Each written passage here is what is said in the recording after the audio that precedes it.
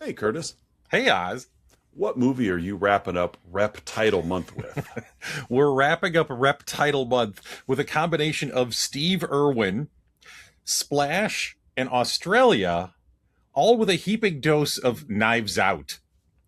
So this week we're talking about Crocodile Dundee.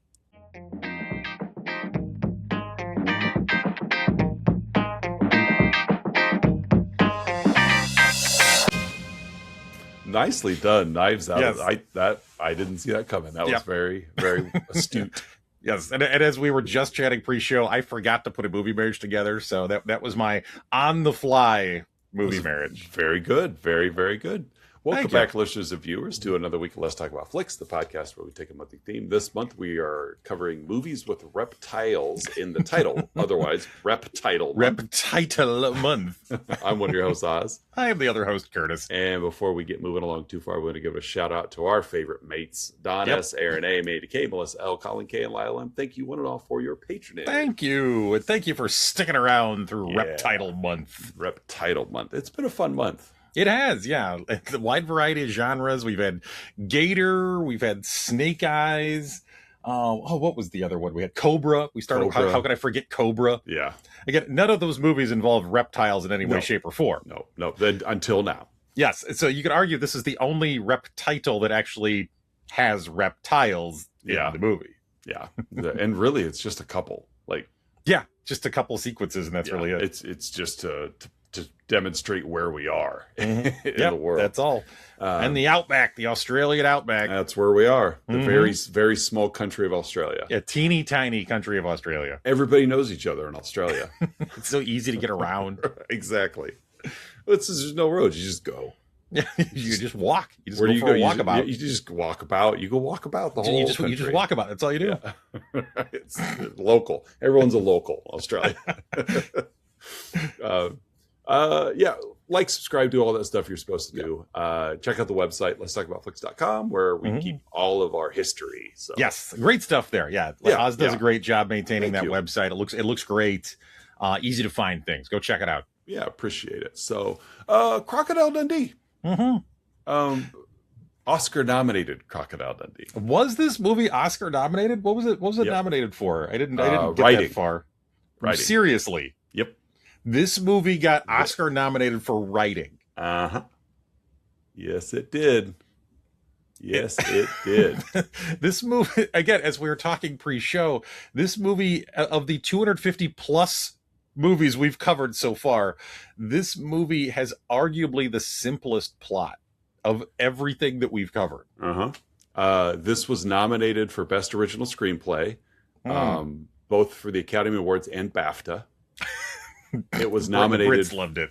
It was nominated for Best Actor. Paul Hogan was nominated for Best Actor, both BAFTAs and the Golden Globes. He won the Golden Globe. Linda Kozlowski, Best Supporting Actress, Golden Globes. Best Motion Picture, Musical, Comedy, Golden Globes. Yeah, Okay. it Must won have been a be- lean year, 1986. It won Best Music from the BMI Film and TV Awards. It won the Best Sold Tickets from from the Body Mass Index Awards. Yeah. It's like back in the 80s, the 80s were to award ceremonies that college football was to bowl games in the early 2000s. Yeah, I So, guess. Anybody can have a bowl game. Anybody can have a That's film true. award. I mean, I guess you think of, like what's different between like movie awards now and Right. 40, 50 years ago. And, 70s, 80s, even into the 90s, you would occasionally see kind of indie films Mhm. sprinkle in there, but you would see more of your mainstream releases get nominated for things. Like they were celebrated more in movies. Yeah. Whereas these days it's the opposite. You will see Yes. sprinklings of mainstream movies, but it's Yeah. typically more your smaller budget indies that get Right. that get recognized I from agree. the awards season. Yeah. This movie was the second highest grossing film of 1986. Was Cobra first? Probably. That Had should a $8.8 million budget, and box office was $328 million. Oh God! I mean, You didn't have to spend money on much in this movie. No. Just plane ticket back and forth between That's between New York and Australia. Kangaroo haunches. Yeah. It's not a whole lot. No. I mean, I can't imagine that Linda Kozlowski cost an arm and a leg. Feature film debut of Paul Hogan and Linda Kozlowski. Yeah. Yeah. So I mean, he was a celebrity in Australia at this point. Right. But yeah, not the first Hollywood feature film debut. Yeah. So, but yeah, this was a hit. This was kind of a sleeper hit. This honestly, just pulling a comp, this was probably like the 80s version of My Big Fat Greek Wedding. Yeah. I mean, that movie came out of nowhere and was just a juggernaut of a film.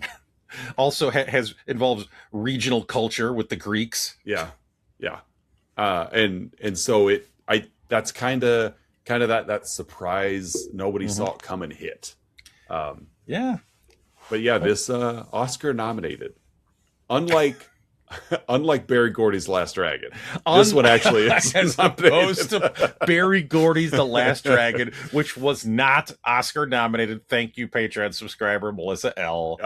Yeah. This Crocodile Dundee was. This one was. Let me get to the cast of this one. Let's hear who's in Crocodile Dundee. We have Paul Hogan as Michael J. Mick Crocodile.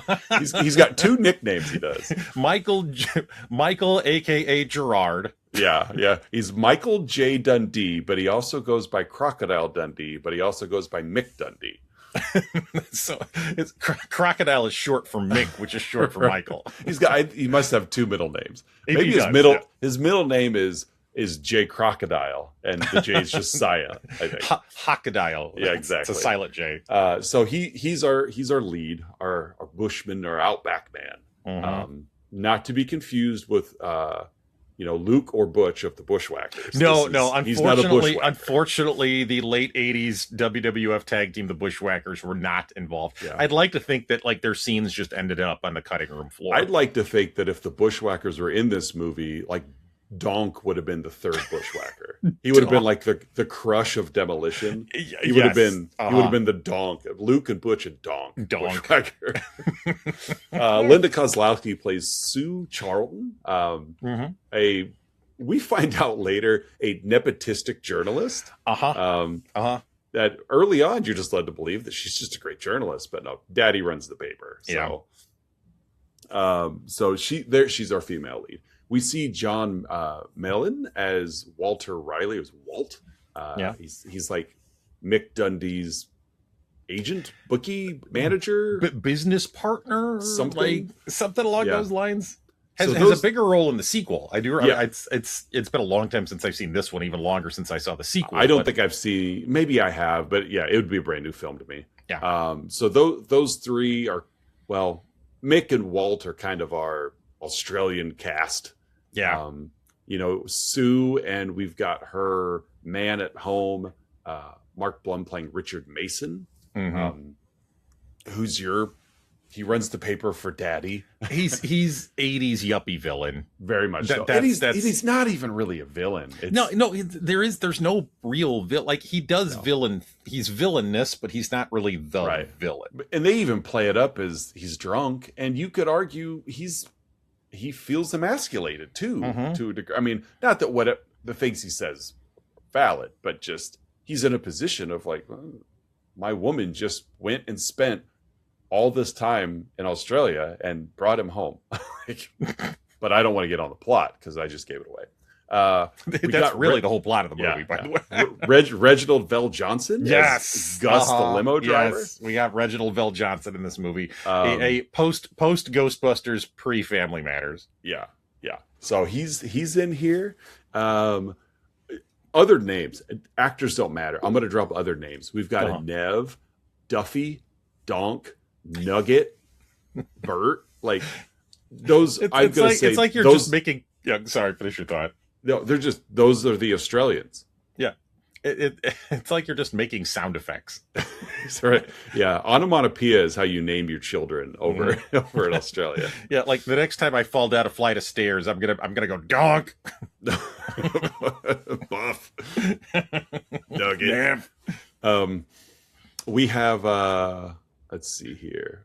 We have Bert as the saltwater crocodile, who has his own Wikipedia page. I see that. And we have I'm only going to drop one other just because I think it's funny. We've got because they come back to New York, which is also a small city, because we keep running into the sex worker Simone. Yeah, she's everywhere. Who's played by Caitlin Clark. That's the only reason I'm mentioning it. Yeah, different Caitlin Clark. I'd like to think that this Caitlin Clark is the mother of WNBA superstar Caitlin Clark. Yes. Yeah, I'd like to think so. Yeah, there's a through line there. She's actually Caitlin Clark Jr. in the WNBA. There wasn't enough room on the back of the jersey for the junior, though. Not for the junior. I'm taking a quick peek at Bert the saltwater crocodile. He died just a couple years ago. Estimated to be at least 90 years old. So, hey, kudos to Bert the crocodile. Yeah. Happy belated birthday, Bert the crocodile. Yes. Yeah. Pour one out for Bert the saltwater crocodile. I love his Wikipedia picture of just him with an open mouth. I will say, if I ever get a Wikipedia page, I want just like that. I want a picture like Bert, where I'm just lying on my belly, looking up with my mouth wide open. Yeah, I'm assuming he's smiling. That must be that's a crocodile smile. Smile big, Bert. Yeah, big toothy grin. But this movie is Paul Hogan, Linda Kozlowski. Bert the crocodile, named after Burt Reynolds. Nice. Yeah, because we covered Gator a couple weeks ago, which makes complete sense. Yes, it does. I absolutely love it. We covered Gator last week. Yeah. All right. So there you go. There, just like we planned. Yep. Named for Burt Reynolds. It's come full circle. Burton Ernie Reynolds. Burton Ernie Reynolds. And that did show up as a generated AI. Of course it did. AI is gaining intellect, and it's based off our witty rapport. As did the Dutch rub. That also was an auto-generated. So those have been shared to YouTube. Yep, they will live on in infamy forever on the internet. So, all right, what's this movie about? Because again, we're not far into the show, but hold on to your seats, folks. I mean, here's the plot. She's a journalist. She goes to Australia to study Mick. He goes back to Australia with her. They fall in love. Next up, like Crocodile Dundee too. Yeah, that's Crocodile Dundee. Like that's the whole bit. Yeah, it's the whole movie. It's there's basically two halves to the movie, and it's all fish out of water. Big city journalist Sue. We see her at the beginning of the movie. She's in New York. She tells her editor / boyfriend. I wonder what HR thinks of that. It's HR's daddy. Yeah. So, well, that's true. It's okay. She wants to write an article about an Australian survivalist. Like she'd come across him somewhere in pre-internet research, and she's made arrangements to meet him in Australia. There's like a myth that kind of follows him around, and this myth is that he fought off a crocodile attack, bit his leg off, and then he crawled 100 miles to safety. So there's like this, he has this mythos that's traveled with him halfway across the world. She tells Richard before she leaves, don't worry, I'm a New Yorker. Totally fine.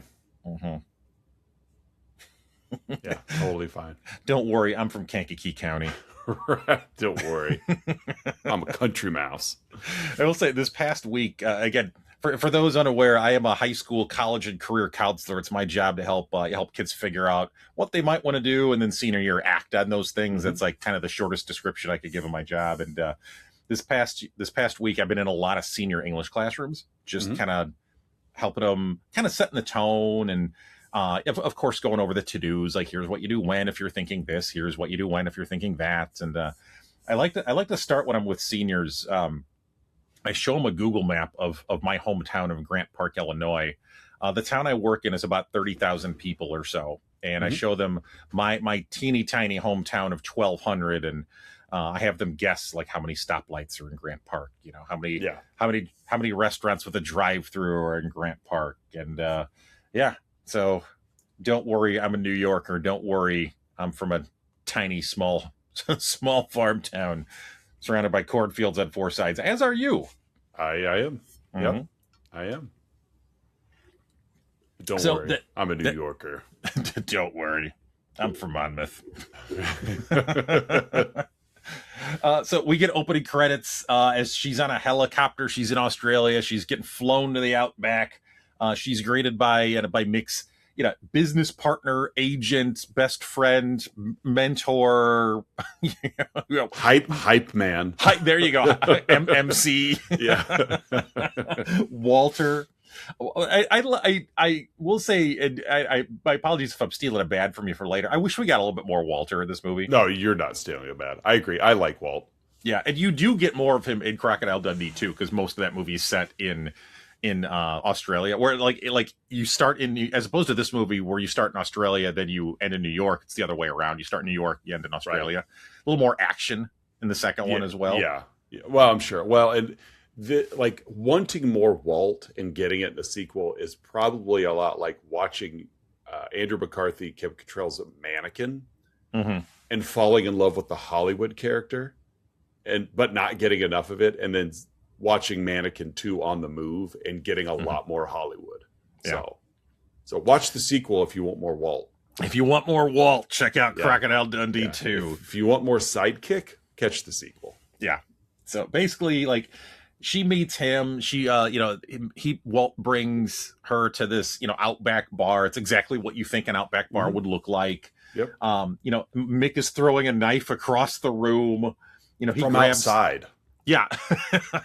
He grabs Sue to dance with her, reveals his leg was not bitten off. It was just a quote unquote love bite. Yeah. And then a little later on, he punches a man who accuses him of being a crocodile poacher.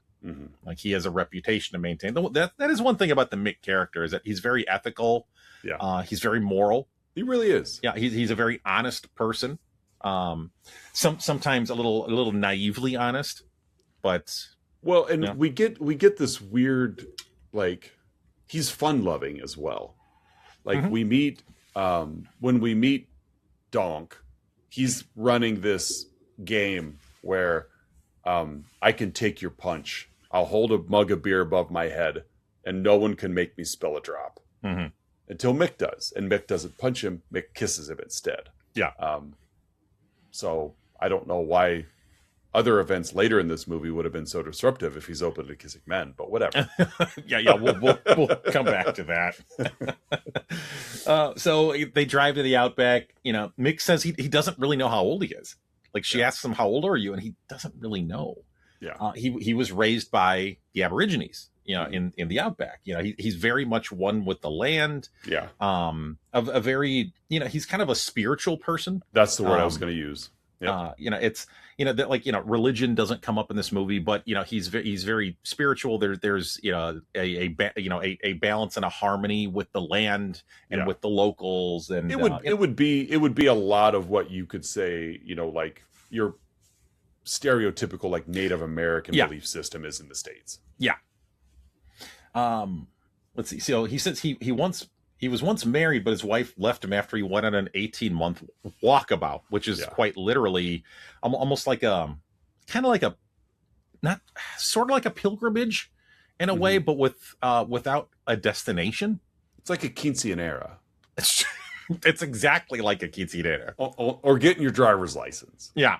But just the Australian version of it. It's some things are just different. Yeah, some subtle differences between Australian and American cultures. Yeah.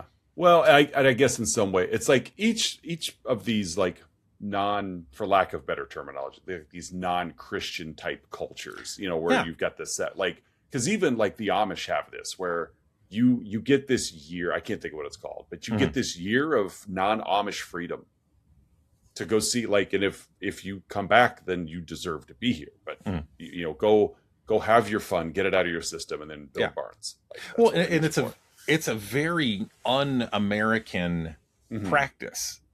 Because, and again, we're right and for worse. And I'm not telling it.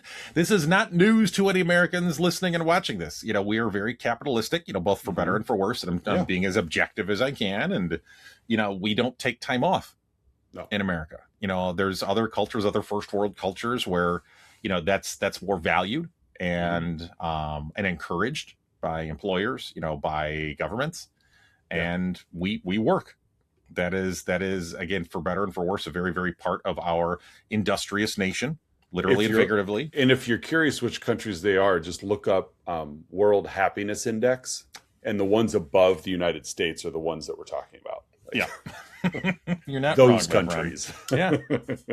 So after this conversation in the car, they're driving and they come across a giant water buffalo in the road.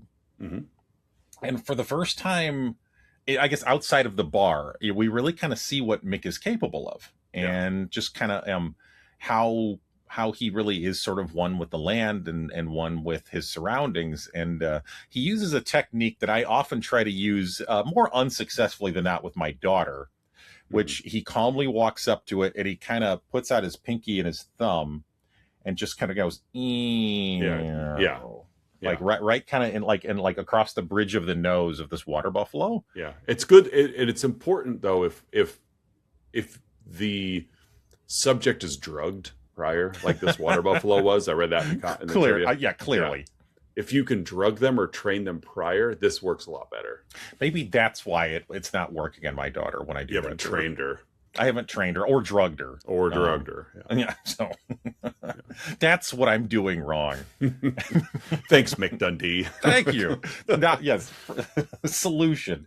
So again, Sue for the first time really sees what he's capable of with nature and how he survives in this pretty harsh climate and conditions. And Mick takes Sue into the bush for a few days, which again is just kind of what they refer to as just being in the middle of nowhere in Outback Australia. And she reveals that she was once married. He kills a very poisonous brown snake that night just with his hands. Off camera, but still with his hands. That's fair. And he does give her a quote that just kind of resonates with what we've been talking about. Aborigines don't own the land, they belong to it. I wish I wish more of us kind of had that mentality. Agreed. That night she's awoken to very loud, drunken, quote unquote, city cowboys who had driven out here to the middle of nowhere, were driving around, just shooting kangaroos for fun, almost kind of reminiscent of, the, later 19th century when, in the Great Plains of America, guys would just go out and shoot buffalo for fun and almost decimated that entire population. He she's very upset by this, and at first he's kind of like, well, I mean, there's no law against what they're doing, right? But he does recognize and respond to how she's feeling and how awful she's perceiving this to be. And so to her delight, he takes a kind of a dead kangaroo and sort of like props a gun in its arms and like shoots out their headlight. Doesn't harm anyone, but kind of shoots out their headlights and drives them away. How he didn't harm anyone? Like, bullets still have a trajectory after they hit something. It's a good shot. It hits a window and then the bullet just stops. Like no, that still would have hurt someone. That's not how bullets work. I don't think so. I've never really shot a gun. I would like to think, though, that he didn't prop up a dead kangaroo, that he had a kangaroo outfit. Yeah, that could be it. Because in today's world, in 1986, it probably looked more believable. With the high def technologies. It's like, that's just a stuffed costume. I would like to think that he had that costume with him. Yeah. Well, it's a good thing that the guys in the Jeep weren't watching the scene in high def. That's true. They were watching it in regular definition, and so they didn't notice. Yeah, they were standard definition viewers of the scene they were in. Yeah. The next day, Sue kind of responds. Mick he's very fun loving. He is a little misogynistic, and she responds to that, and says, because they were kind of bickering a little bit, and he basically says, like, you're slowing me down. Yeah. in a kind of a misogynistic way. And she says, I'm going to go ahead of you then. I'm going to prove that I can handle this on my own. And he asks, he tells her to like bring my gun with then. Mhm. And he kind of trails her, you know, kind of watching from a distance. He watches as she disrobes to a very revealing swimsuit right here in the middle of the Outback. I mean, wear what you want. And it's not like you're expecting prying eyes. Right. But yeah, it was, tan the cake, as the kids would say. I don't think I've ever heard that. And I'm trying to piece together. I can take some educated guesses. I saw within this week that that society kids. Kids. By society we mean kids. Yeah. They have retitled what we know as a tramp stamp. Okay. The tattoo above. They've rebranded it as a cake topper, is what they're calling it. Okay. I kind of like that. I saw a TikTok lady that's like, she was jokingly kind of angry. Like, no, that was my terrible decision. And the name of it reminds me of how terrible of a decision it was. Don't change it to cake topper and make it sound like it's adorable and inviting. Like it's a cute little thing. Let me live with my 25-year bad decision. So cake topper is what they're calling that. You don't get to define me. Yeah, lower back tattoos today are now called cake toppers. Cake toppers, got it. So, but I agree that this was a very would not have been a comfortable swimsuit for you or I. Borat would have been fine in it. No, I mean I'd like to think I'd be at least emotionally comfortable wearing it, but maybe not physically comfortable. Yeah. In the Outback, especially. Yeah, in the Outback. Not at school. no, not at school. or maybe the local community pool, but not at school. No. Yeah, I mean, even I have my boundaries. There's a line. Yeah. Yeah. So she's in the swimsuit. Which, it's one of those things where, like, you're wearing less clothing, so it gives the viewer the impression that someone is more vulnerable. Yeah. She wades into a pond to refill her canteen, and a crocodile attacks her. I'm assuming it's Bert. It's Bert and Ernie, the crocodile. Right on cue, Bert. Yes. Attacks her, doesn't get her, but grabs the canteen that is around her neck. So it's kind of pulling her in because she can't get it over her head. And then Mick immediately jumps in and kills it. That night, Mick tells Sue he's never been, to a city before, although one of his Aborigine pals, City Boy Neville, who ends up showing up there on his way to a tribal event. I do too. He's wearing blue jeans and a watch, so he's kind of so he doesn't exactly fit the Aborigine stereotype that she, let alone we the audience, expect. And he speaks very good English, because he kind of pops from behind a tree and understandably upsets Sue. I mean, she just she's afraid because Mick had gone away, and here comes this man, and he's got his facial paint on and very dark, very dark skin, and I can understand why that'd be scary. And then he's just, especially in the middle of the Outback of Australia too, in the middle of the night, but no, he's cool. He's very witty. You could tell that he's got some education to him. And fun. She pulls her camera out, and he says, "You can't take my picture." And she says, "You believe it'll take your spirit?"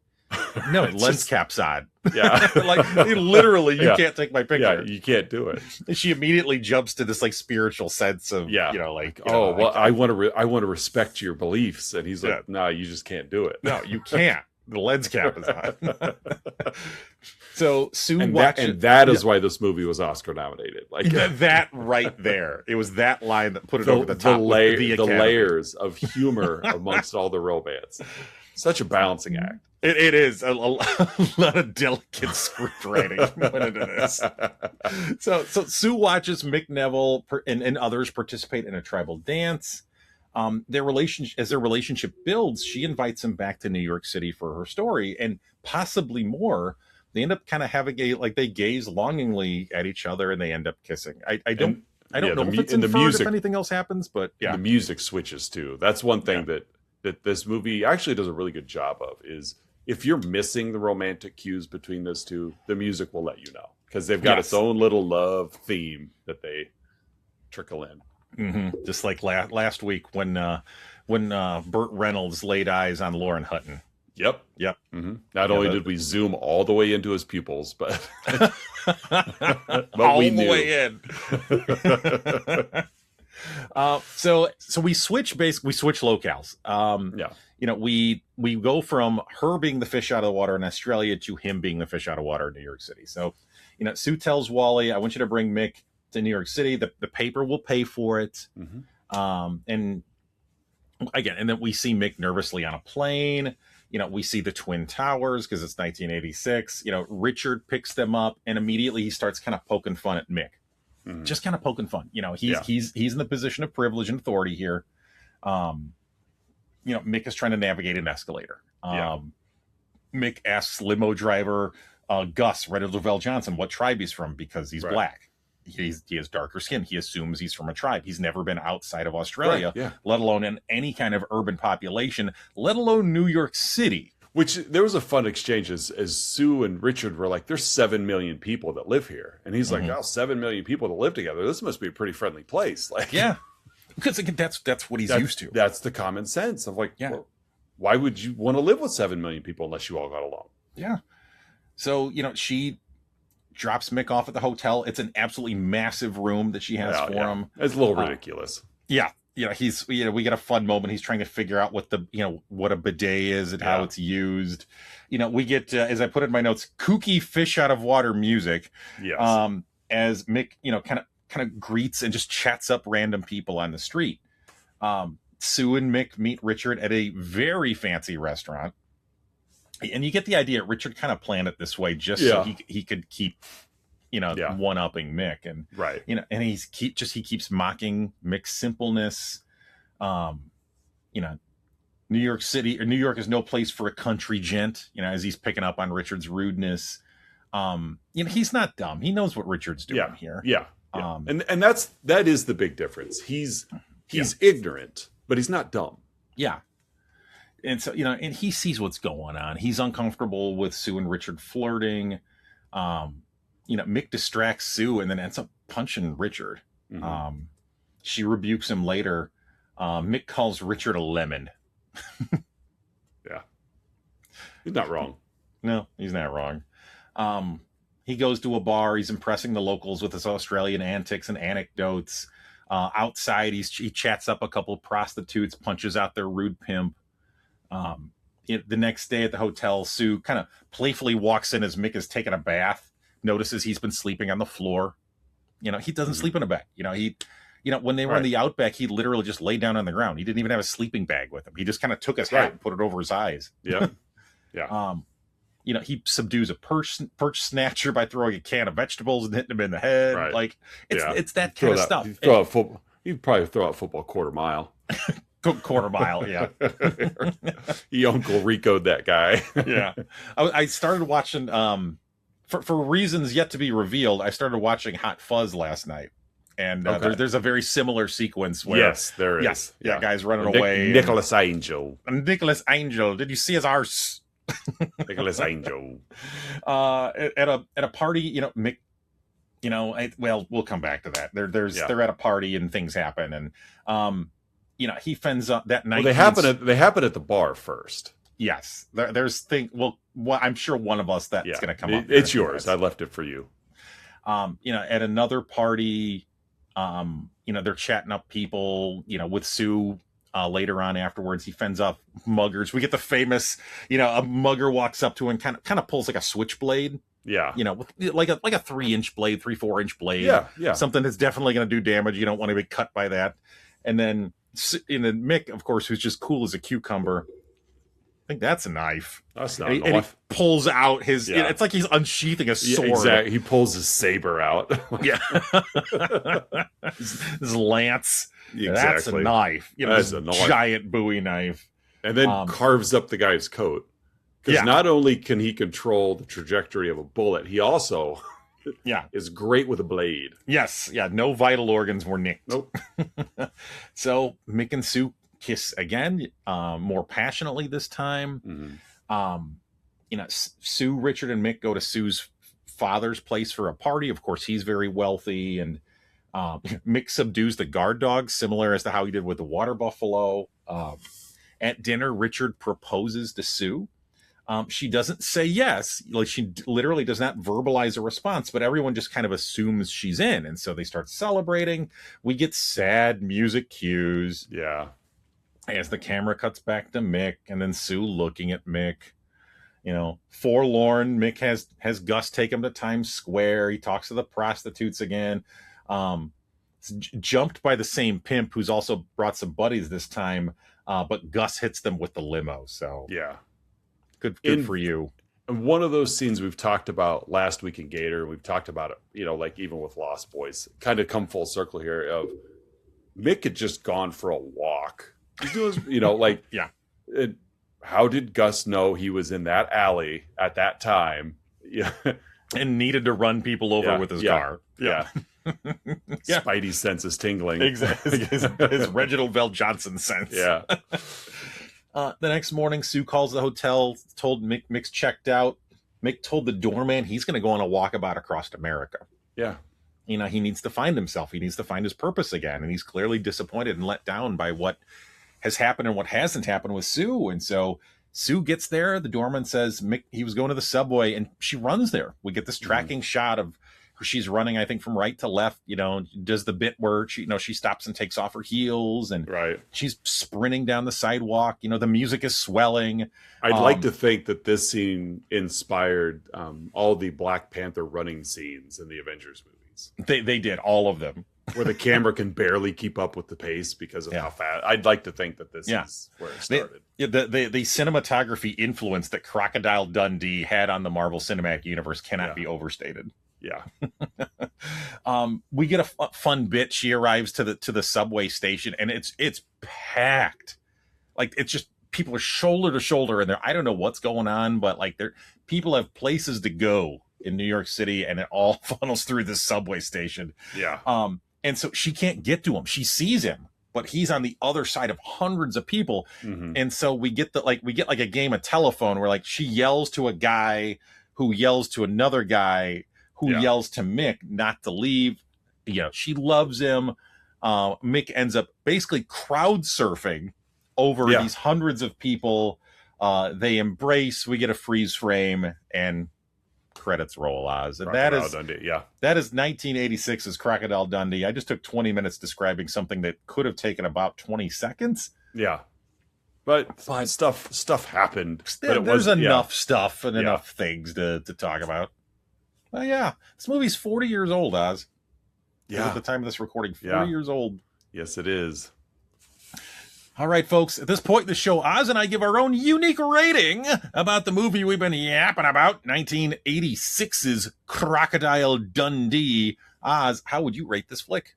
I am going to rate this 75 stereotypical New Yorkers. I like it. Because that's what they all were. They were all... We meet in the short amount of time, in half of the movie, we meet every type of New Yorker there is. Every New Yorker. Yeah. They're all there. Cab driver, streetwalker, pimp, gang member, construction worker, hot dog vendor. Yeah. You know, yuppies. We meet them all. They're all there. All of them. So. All within a 1 block radius. Spike Lee. Spike Lee is there. Yeah. So what do you rate? Bill de Blas is there. I'm going to go with a 12-inch Bowie knife. Okay. That's my rating. My number is a 12-inch Bowie knife. Fair enough. I actually searched up on the interwebs how big was Crocodile Dundee's knife, and estimated it at 12 inches. So I type in Bowie knife, and the 1, 2, 3, 4, 5 ninth pick is a link to an Amazon, and it's described as Crocodile Dundee Bowie knife. So that's the one. I looked at it, I'm like, oh, that one kind of resembles it. That's because it was.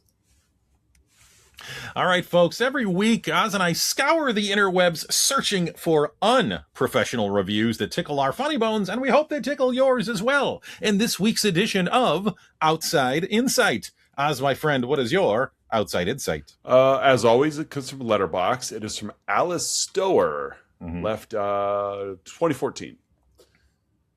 1.5 stars. Okay. The first half of this movie, shot in the Australian wilderness, is laid back, picturesque, and harmless enough. But once Mick Dundee comes to New York City, it turns into a series of lousy, fish-out-of-water gags. He doesn't understand sidewalks, or prostitutes, or cocaine, etc., etc. When he's not being baffled by American customs, Mick's mostly punching people, drinking heavily, or assaulting and humiliating trans women. The latter, a recurring joke that really soured me on the movie. Mm-hmm. Crocodile Dundee is ultra-patriarchal, too, framing its hero as a macho, atavistic Superman with whom the American reporter who discovers him and whose life he repeatedly saves can't help but fall in love. I'd rather be watching The Adventures of Priscilla, mate. From the Weird Coincidences Department, this came out about a month after David Cronenberg's The Fly. Both involve female journalists leaving their sleazy editor boyfriends for the subjects of the articles they're writing. I have no idea what to make of this. So yeah, Crocodile Dundee and The Fly are the same movie. They're exactly the same. Mm-hmm. Yeah. Yeah, there's that scene in this movie where Crocodile Dundee broke somebody's forearm, wrestling. And that explains, nothing. That explains absolutely nothing. But yeah, I was going to make some joke about how they got to New York, but we saw the plane, so never mind. Yeah. But yeah, I think The Fly deserved an Oscar nomination for writing before Crocodile Dundee. I would agree. Again, it's not that the script was bad. Yeah, this movie, it's just very simple. Yeah. And typically with, screenplays, you want something more complex and character, and blah, blah, blah, but yeah. By the way, that Bowie knife is $59.99, and there's only 4 left in stock, so order soon. Oh, order now. Yeah, and it's an 18-inch buffalo horn, leather-handle, large hunting Bowie knife for camping, outdoor bushcraft, gift for men. Only for men. And it's only 18 inches. Good Lord. Jesus. Okay. And you can just buy it on Amazon. Just right there. Because it's America. All right. What's your outside insight? My outside insight is a bit longer than normal, so bear with me. And it's funny that yours used the word patriarchy. Okay. I'll just say that. Yep. This is a 10 out of 10, left in February 2024, so only a couple years prior to the time of our recording of this episode, left by Wayward Drifters with the subject line, "The negative reviews all have modernity in common." I get it. It's hinted in more ways than one that Dundee is possibly a crock poacher. The character is flawed, and that makes him relatable.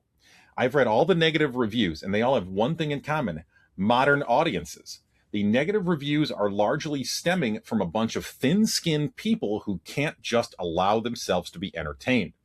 Then there's the trans thing. My goodness, does that one ruffle some feathers? Let me ask you whiners this. If random men can shake hands at a pride parade by meat-checking each other as they walk by, that's okay with you? Also consider that said trans person was quite interested in him until they realized that Mick wasn't playing that crap. They even stared at his crotch after he had the exchange with the fella in the fedora at the bar. It wasn't a sexual assault. It wasn't the flippant patriarchy. It was a cultural joke played out in a movie. Lighten up. If Hollywood made movies like this today, they wouldn't be losing money, and men might not feel so worthless. It's Hollywood's fault that men feel worthless. Mm-hmm. I blame Hollywood, Oz, every time I stub my toe, every time I'm feeling emotionally empty or disconnected. It's Hollywood's fault. Mm-hmm. And I turn to Joe Rogan for support. He's the only one. Yeah. Him and Jim Haggerty. Jim Haggerty. Those are the only two that make me feel good about myself. Yep. Just Joe Rogan and Jim Haggerty from They understand the my plight. Wars. Yeah. They understand my plight. Oh my God. I read this and it's like, I'm gonna get upset as I know I'll get upset as I read it while we're recording. Yeah. But it's our men, are we that thin-skinned that we have to blame Hollywood? We have to blame, how people reacted to a scene in this. And the reason this is coming up is because a couple years ago, this movie was re-edited. And I didn't spend a lot of time during my plot breakdown. We'll get to this in the 3, 2, 1s in a moment. But again, there's a couple of scenes in this movie that have been cut out in more recent edits of the movie where Mick is at a bar. He meets a trans woman, and he isn't sure. You get the assumption it's the first time he's ever encountered a trans woman, and he grabs the trans woman by the crotch. Because he didn't even know until he was told. Yeah. Like the cab driver's like, Mick, that's a man. Mm-hmm.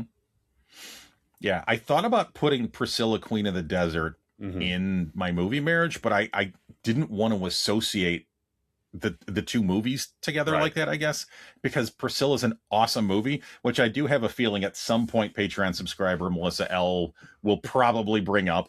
That's fair. For one of our suggestions.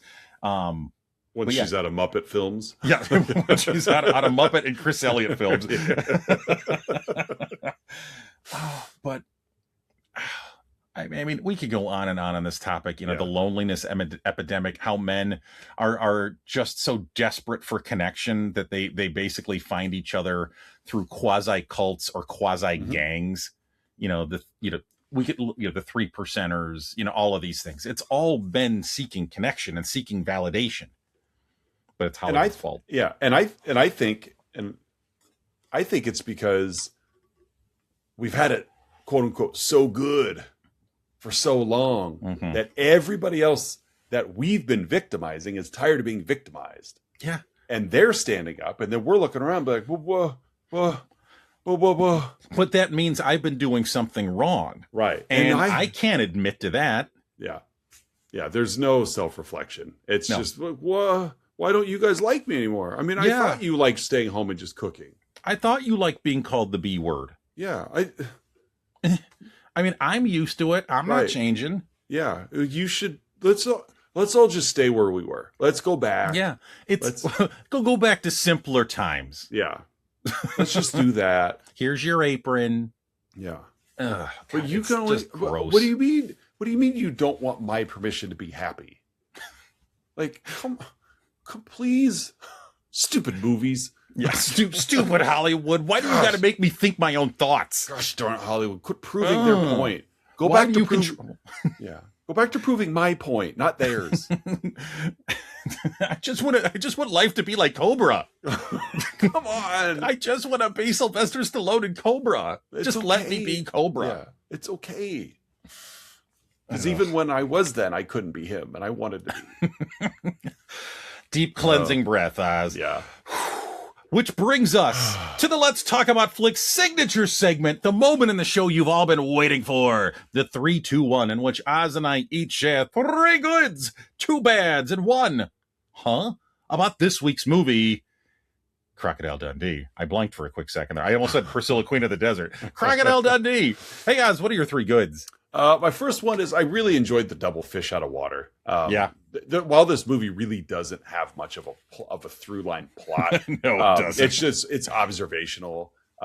Like watching this is sometimes almost, even though it's scripted and fictional, it almost feels like we're watching like the human version of those BBC series like Planet Earth, where it's just like there's no plot, but yet we're hooked. Like we're watching. Watch as Mick navigates the New York City sidewalk. This dung beetle hasn't eaten in days, and it's like, but so the double fish in the water, where we get to see both of our leads and in some way it really is. And I made a joke earlier. This is City Mouse versus Country Mouse. Yeah.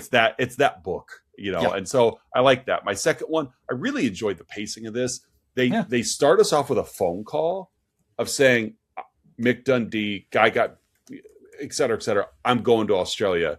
Movie jumps right in. But then once we're in, it does slow down and let it breathe so that we can do all the observation we're supposed to. Because again, not a plot, just a series of vignettes or whatever. And 3, like I'd mentioned earlier, this was the Hollywood debut of Paul Hogan and Linda Kozlowski, and I thought they had great chemistry.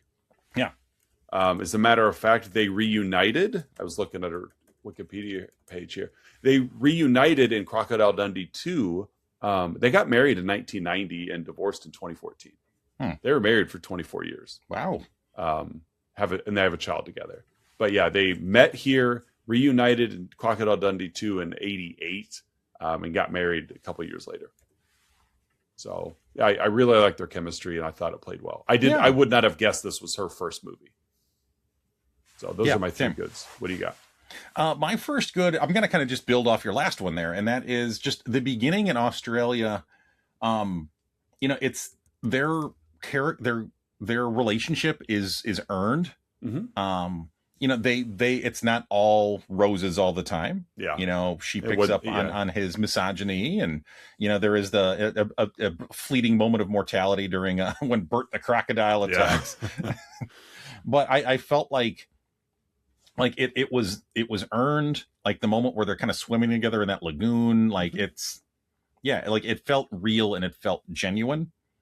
And I don't know, I liked the moments that they had together in Australia.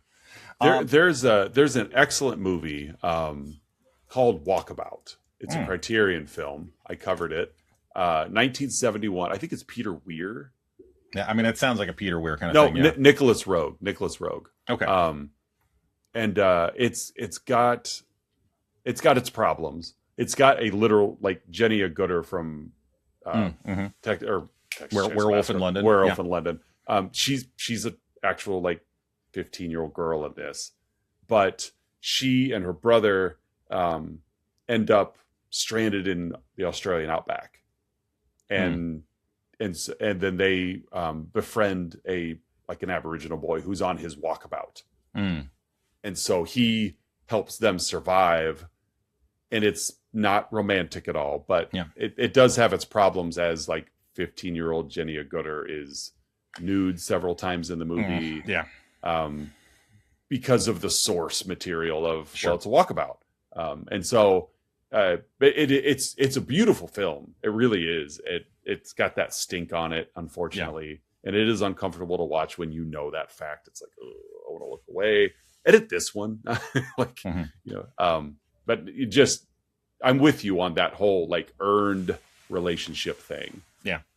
So. As you're describing Walkabout, I found myself kind of reflecting to another similar-ish movie in a similar-ish setting, Rabbit Proof Fence. And it's probably been at least 20 years since I've seen that, but I honestly don't remember a lot of the details, but I do recall being moved by Rabbit Proof Fence. So maybe we can have an Australia theme month. We should, Outback month. We just call it Aboriginal. Aboriginal month. There you go. Aboriginal month. There you go. I love it. My second good is that the movie, it doesn't need a traditional, like, good guy, bad guy. Like, we don't have a traditional villain. Like Richard sort of is, what you said before, like, he's villainous, but he's not really the villain. Like, the movie doesn't, he's not the crux of the conflict in the movie. Like, most movies have that 3-act structure where it's like, act 1 is we open the movie, we establish the characters and the story. Act 2, there's the conflict, and act 3, there's the resolution. Like, most movies have that kind of structure. Right. And the conflict in this movie is just Sue's internal struggle. Like, that's really all it is. And her coming to terms the fact that, and recognizing that I love Mick. Yeah. So, I mean, that's the conflict. And which kind of leads to the third good. I wish we were all so friendly and earnest and unassuming as Mick. Like, he's such again, are there some problematic elements that have to do with his ignorance? Yes. Again, we're not glossing over that. Was he a little, was there some misogyny at the beginning? Yes. It's his fish out of water ignorance definitely comes up later when he's in New York. But overall, he's very unassuming. He's earnest. He's kind. He looks for the best in people. Like you said before, you get to New York and he just assumes that 7 million people living together. They must all enjoy each other. Yeah. Why else would you choose to live together? Yeah. Like, how he treats Gus, how he treats the hotel cleaning lady, how he treats the doorman. Like, he's looking to connect in very genuine and earned ways with everyone. And I like that. And I think that's part of the charm of this movie is that he's so relatable, and we wish everybody else was just that unassuming. Yeah. Agreed. Oh yeah. So that's my third good. Oz, what are your two bads? My first one, there wasn't a lot to pick from. I mean, it's Yeah. There's the obvious. Yeah, I know. I had a hard time with bads as well. Yeah, there's a couple obvious ones. Yeah, and I tried to stay away from the obvious ones because I think they've come up in other ways. So, and I knew that they would probably show up on your radar. My first bad is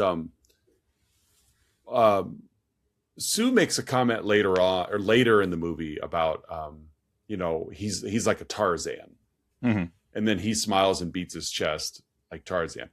How does Mick know who Tarzan is? Like, he doesn't seem to be well read. I mean, he's not stupid like we've talked, but like cultural things don't seem to be on his radar.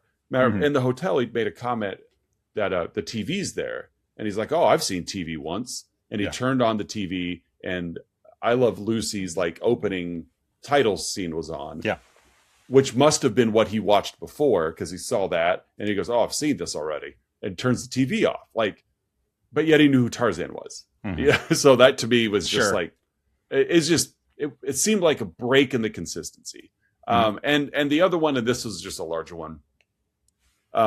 Just cultural differences for laughs has a real short leash. Yes. And you really got to be, again, you got to be careful with where that line is. And it only happened in the second half of the movie. No one laughed at Sue in Australia for what she didn't know. No one did. And she didn't openly like come off feeling stupid, even with the exchange with the Aboriginal guy. What was his name? Was it Des? Sure. Yeah. Nev. Sorry. Nev. With that exchange of, she wants to take his picture. He says he can't, the whole lens. Like she felt silly, but she didn't feel diminished or stupid. Like it was just an oversight. Get to New York and everybody can't stop pointing. Either they love Mick because of his cultural differences. Like, oh, he sounds Australian. That's funny. Oh, and it's like, it ran out of steam real quick. And I'm glad it was only half the movie. Movies like that, I understand why they're funny to people. But they don't do much for me.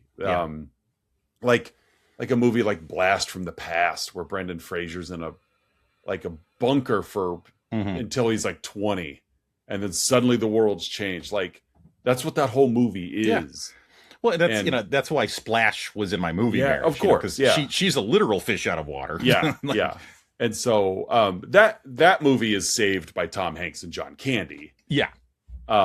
But that's my second bad. It's just, oh, look, another cultural difference on how New York is different than the Australian Outback. Yeah. Oh, look, there's another one.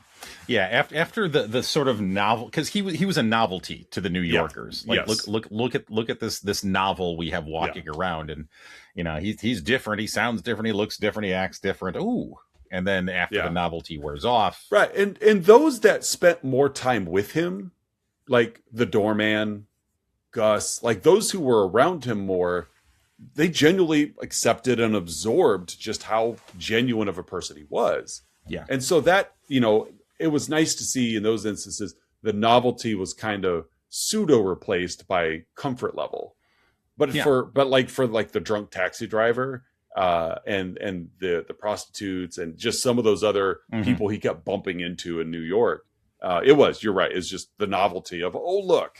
Now, isn't he adorable? Yeah, he's foreign. That's fun. Yeah. And more importantly, he's white and foreign. Isn't that fun? He's not threatening to me in my whiteness. Yeah, you bring Nev back instead of Mick? Whole different movie. That would be very different. Whole different movie. Yeah. So that would not have been made in 86. No. So those are my bads. What do you got? I'm going to go with the low-hanging fruit here, and just kind of, because I almost kind of feel like we have to state the obvious with this movie. Of course we do. Yeah. The first one is Mick. It is as much as I do praise most of how they built their relationship in Australia. There was a couple pretty misogynistic moments. It takes a day to get to the river, but being a Sheila, it'll probably take two. Yeah. Assumes she can't keep up. She won't last long out here because it's man's country out here. Again, it's if we went back and referenced the my outside insight writer, you could make a small argument that I hate to blame this kind of thing like he doesn't know better, Yeah. He should. He should. But again, look at given his context of living in the middle of nowhere forever, I don't know if you want to give him a small ounce of grace for that, but overall, that's still a terrible message. And like, come on, you can assume better. Yes. And then my second bad, like again, here's the obvious one. Yeah. This is the one that, you know, in the recut a couple years ago, they removed. Again, there's 2 sequences in this movie where he encounters trans women, grabs them by the groin, you know, and it's played for laughs. It's playing up his ignorance. He's never seen a trans woman before, so he has to check and verify. You know, Paul Hogan has even come out on record and said, like, we made a mistake. Mm-hmm. That is not how that sort of character would have engaged, would have acted in those scenarios. And that's why they were removed. So Paul Hogan was one of the co-writers of this. And, you know, it was his call to remove it. You know, this wasn't, you know, Hollywood elites, you know, in a back conference room someplace. You know, it wasn't the woke liberal media. This was Paul Hogan himself. Yeah. Removing these scenes, and they shouldn't have been there in the first place. It's better that they're out of there and focus on the good parts of the character and how he engaged with people in a genuine and authentic way. Now, I have a question. Mm-hmm. The woman at the bar, obviously, yes, was a trans woman. Yeah. Was the second one? I've always been confused by that. The woman at the party, was that a trans woman, or was that just a masculine woman that he was checking? Yeah, I think it's insinuated it's a trans woman. Okay, because that one it's not as explicit as it was at the bar. Because I really couldn't tell, other than just, I mean, I've seen the movie several times before, so I knew it was coming, and every time I always felt that this was just a very masculine woman, and he was just checking because her response to him checking was the exact opposite response of the woman at the bar. The woman at the bar felt violated and outed, whereas this one was always like winking at him, like, oh, like, so either way, it's wrong. I'm not. Either way, it's sexual assault. Yeah, either way, it's. But I never have known if the second woman at the party was a trans woman or just a masculine woman. It doesn't matter. It really ultimately doesn't matter. I just the lesson here is don't grab the groins of strangers. Yeah. So really bad of my second bads there, and glad that they're out of the cut because they really don't do anything for the story anyways. No, this is one of those where, you know, he pulled a move from George Lucas and Steven Spielberg, you know, replacing the guns with radios, and it's like, this was a good reason. This was a good valid cut. Yeah. It didn't detract. Removing it takes nothing away from the movie. No. Yeah. It does so not. Good riddance. Yes. Yeah. Agreed. What's your I've got 3. Let's hear them. But I'm going to start with my 2 throwaways. Okay. One, was Sue really planning on drinking that water that she was getting from that pot? Like, that's fair. Because, like, that's not clean water. No. So, and then the croc attacked her. It's probably warning her. Like, that's why he wanted to. That's what drink the water. Bert was actually trying to take the canteen because he knew. trying to take it away from her. You don't want to drink this water, and I'm not going to let you. Yeah. So that's my first bad. My another throwaway is, why didn't Sue wait for Mick outside customs? Yeah. Because she comes right to Richard, and he's like, "Where's Mick?" Oh, he got held up at customs. He's never been to an airport before, and Sue's like, he's nervous, "See probably Mick." Scared. Yeah, I'll be downstairs. Like, so I'll be at the Sbarro. So that's my second. But my real, how did Sue hear about Mick? If she's working for arguably the most influential, biggest newspaper in New York, and this story is increasing circulation, and there's no internet, and there's no, like, if this story of Mick Dundee in Australia has made it all the way to New York, if this story of Mick Dundee has made it all the way to New York and no one's written about it yet, like how did she hear about it? Yeah. That's word travels oddly fast in this movie. Yeah. It's like, I heard about this. I'm going to go investigate it and write about it, and it blows up. But how did it get on your radar working at the paper? That is odd. That's a good possible, huh? Yeah. So that's my huh. What's yours? My huh is quite simply in the title of the movie. Mm-hmm. Why is the word crocodile in quotation marks? I read it in the trivia. It was actually in the trivia. They put quotation marks around crocodile because Hollywood assumes people are stupid, and they didn't want people to believe that this movie was about a crocodile. Really? I did not. I missed that in the trivia and the recap. Yep. I read that they threw quotation marks around so that the general public didn't think this was a crocodile movie. But we've already established that Crocodile is not his name. Mick is not his name. Right. That Mick is short for Michael. Mm-hmm. And Crocodile is short for Mick. And the poster has human people in the poster. Uh-huh. So when I look at the poster of this movie and I wonder, do I want to go see it? I'm looking for a giant Australian man that can bend buildings. Yeah. That's what I think this movie's going to be about. And when I walk in and it's not Attack of the 50-Foot Aborigine, like, I'm irritated. Like, I'm out. I wanted to see a movie about a crocodile, darn it. But that's why there's quotation marks around crocodile. They didn't want people to think it was about a real crocodile. I wanted to see like a crocodile, like a bipedal crocodile in a trench coat. Mm-hmm. Like, that's what I wanted to see this whole movie. Yep. Exactly. Yeah. Killer Croc style. Yeah. Killer Croc. Yeah. Yeah. That's the answer to your huh. And it's a very stupid huh.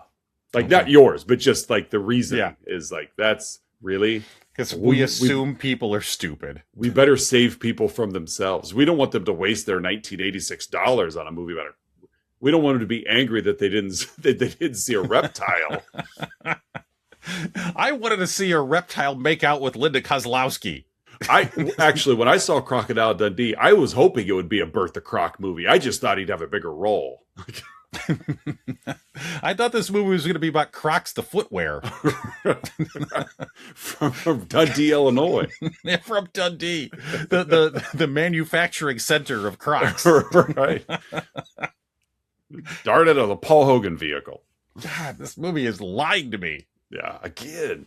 So, well, fun episode as always. Yes. As we wrap up Rep Title Month, and it's been a fun month. Again, Cobra, Snake Eyes, Gator, and then Crocodile Dundee. Yeah, I agree. Let's do another theme next month. We've got a new month starting. So I will say our theme is it's not quite as quirky as some of our themes that we've done. I've been coming up with alternative titles for it, though. You have? Yeah. Okay. Yeah. So, but yeah, I think, because what we have, let me announce what I like as a title, and then we'll say, of course, what it means. Next month, I like the theme of "That Looks Right." That works. Yeah. That we could do that. We could also go with "The Right Stuff." I like that too. Yeah, yeah. I like "The Right Stuff" better. I do. Either way, I'm completely fine with it. I like "The Right Stuff." Yes. Well, whatever we end up calling it, the right stuff, right or wrong, whatever. We are going to be covering films directed by British director Edgar Wright. Yeah, the right stuff. Month. So next month will be a full month of the right stuff. Yeah, I like it. Yeah, really looking forward to it. We have already covered one Edgar Wright movie. Yes. Oh, and why am I blanking on the name? Scott Pilgrim. Yes, yeah, we covered Scott Pilgrim versus the World. Yes, and this is September 2026 is a 5-weeker because again we measure time in Wednesdays. That's when our episodes drop. So we've got 5 The Right Stuff Edgar Wright movies coming at you for September 2026. Now I'm gonna kick it off Yeah, I've got next week's movie. I'm kicking it off with one of his more current ones. I think Edgar Wright cut his teeth on a certain trilogy that Yes. Foreshadow we'll be getting to. But this is one a little more current. We're going to start with 2017's Baby Driver. Yes, we are. I love this movie. Yes, fun movie, high octane, literally and figuratively. Lots of octane in this movie. It's all the octane is there. It's the highest fidelity. The highest octane. It's the highest octane. No, really, really solid, just fun film. Just kind of a heist, action-y car chases, but directed by Edgar Wright. So it's polished and well done. Yeah, I really, really like this movie. I think I don't think I realized he directed this the first time I saw it. And I was just like, this movie kicks. Like, this is a great movie. And then I was like, oh, of course it is. Edgar Wright directed it. That makes all the sense in the world. I think it threw me off because Simon Pegg wasn't in it. Yeah. Where's Simon Pegg? Where's Nick Frost? Such a good movie, though. Such a good movie. So, but yeah, so we're going to come back next week with Baby Driver to kick off the Right Stuff month. Social media wise, Facebook, Instagram, all that fun stuff. Yeah, just check out the website. You can subscribe to everything you need to there. My students have discovered I have a website. Like, they've asked, and I've mentioned I have a podcast, so I think we've gotten a few other subscribers. So, but for another week of Let's Talk About Flicks, I'm Oz. I'm Curtis. And we'll see you guys next week with Baby Driver.